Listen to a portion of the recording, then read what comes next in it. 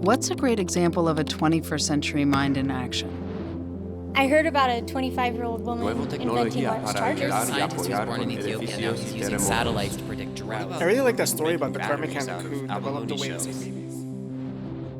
Our question prompted all these responses about amazing technological breakthroughs and innovations. And then we heard one story that opened a door to a new way of thinking. It's about an art professor in Los Angeles named Mary Beth, who was watching the news around the Ebola crisis in West Africa and thought, wait a second, these patients must be so scared and lonely, and the only humans they're seeing are covered in these huge imposing suits. In every report that I heard on the Ebola epidemic, they mentioned the frightening suits. I imagined, what would it be like to be a patient to not see a person's face for days on end? I found myself almost saying out loud, why don't they put photos on the outside? Why don't they just put photos on? And finally, I thought, maybe I'm the one who's meant to do that. And we were so moved because the way Mary Beth's story unfolds shines a light on a larger shift we're seeing in the world. As technologies are rapidly changing how we do everything, certain skills are becoming less valuable, the need to memorize, perform routine tasks, and soon even the need to drive, while others are becoming more valuable. So what exactly are the skills that prepare us for a world that's constantly changing?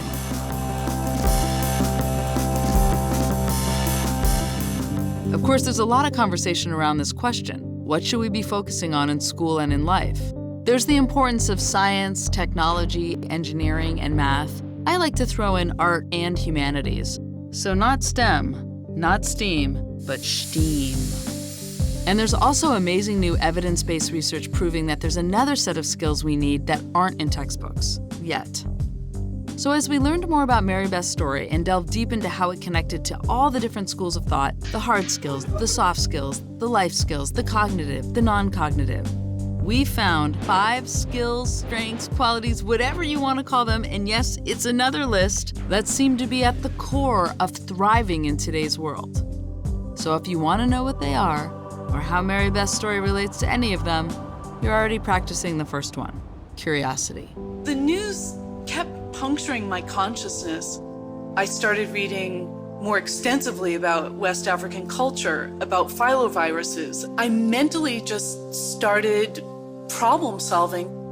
In our 24/7 world where we're inundated with information from all directions, 3 billion Google searches a day, 300,000 tweets every minute, curiosity is the difference between skimming the surface of all those links and truly engaging. And not just looking for what's already out there, but also for ideas that aren't already out there. New research from UC Davis shows that when our curiosity is piqued, the brain activates regions associated with learning, memory, and even reward. It basically turns our minds into very happy sponges. And while there's a lot of fear out there that technologies are replacing what we do, our curiosity is one of the things that makes humans unique from machines, but not from animals. Machines follow rules very well, follow a designated pathway. But our minds are built to constantly adapt, to ask questions that create unexpected pathways, pathways that lead to even more curiosity.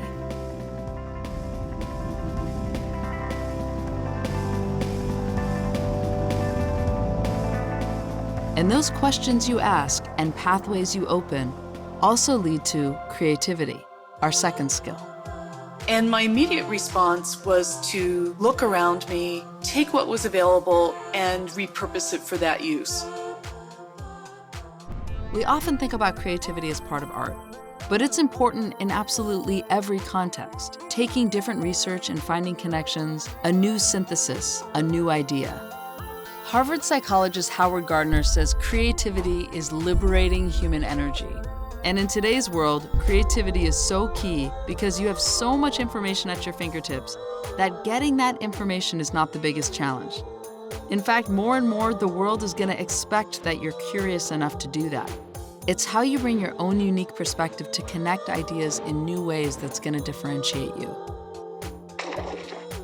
Research now shows that some of your most creative thoughts happen when your mind is left to wander, when you daydream, exercise, even when you're doing the dishes.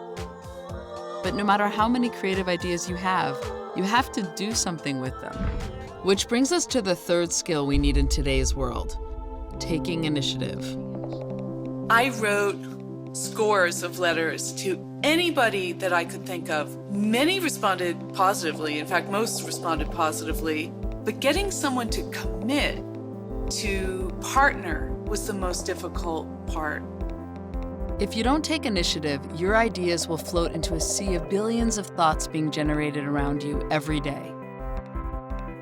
And in order to begin and get something done, we use an incredible amount of things like intuition, judgment, discerning which ideas to act on, knowing when to shift directions or approach. Taking initiative also means knowing when to reach out to people. What would an artist think about your idea? What about a scientist? What about somebody from another country? Which is really about multidisciplinary thinking. I reached out to epidemiologists, doctors, public health, NGOs, even anthropologists, asking, what do you think of this idea? How could I improve it? There's so much talk today about how we're distracted by multitasking, but what we really need to be doing more of is multi-asking, across ages, races, genders, cultures, and disciplines. We think of the mind as private, and there's so much value in solo thinking, but there are also so many ways that the mind is public, this communal organ to communicate, to transfer ideas, and to collaborate. And collaborating, just like everything else about being human, can be messy. It takes understanding what you know and what you don't know. So the next time that you're collaborating, how can you make sure that your mind is really open to being changed? It really comes down to empathy.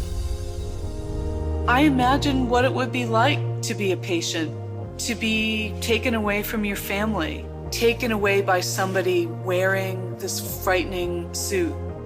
And then there's the view from the healthcare worker's side. You have your human tool to have patients accept your care, gone. MIT researcher Rebecca Sachs suggests that this skill of sensing the motives and feelings of others really begins developing around the age of 5 and has the potential to grow stronger throughout life. But just like the rest of these skills, empathy takes practice. Looking people in the eye, truly trying to understand where they're coming from, taking the time to know the names and stories of people you interact with daily. And it seems as our world has become more and more connected, we have to remember that connecting broadly is meaningless unless we connect deeply. In fact, a 3 decades-long study of college students has found that empathy levels in our culture have dropped dramatically. It's clearly time to refocus.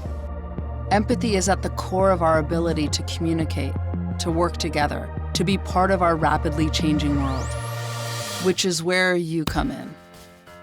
For most of human history, we survived by creating an agricultural economy.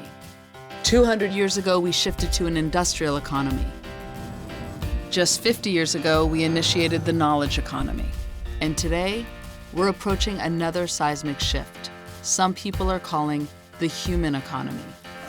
So here we talk to scientists, friends, researchers, Mary Beth, and here's the part that we found most fascinating and hopeful.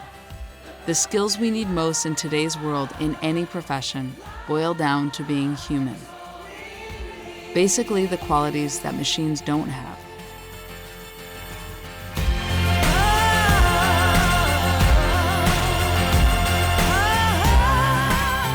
Eventually, through hundreds of connections, obstacles, and breakthroughs, Mary Beth was introduced to a doctor in Liberia who landed her an official invitation to begin work in their Ebola clinics. I love patients so much. You see, I love the food too.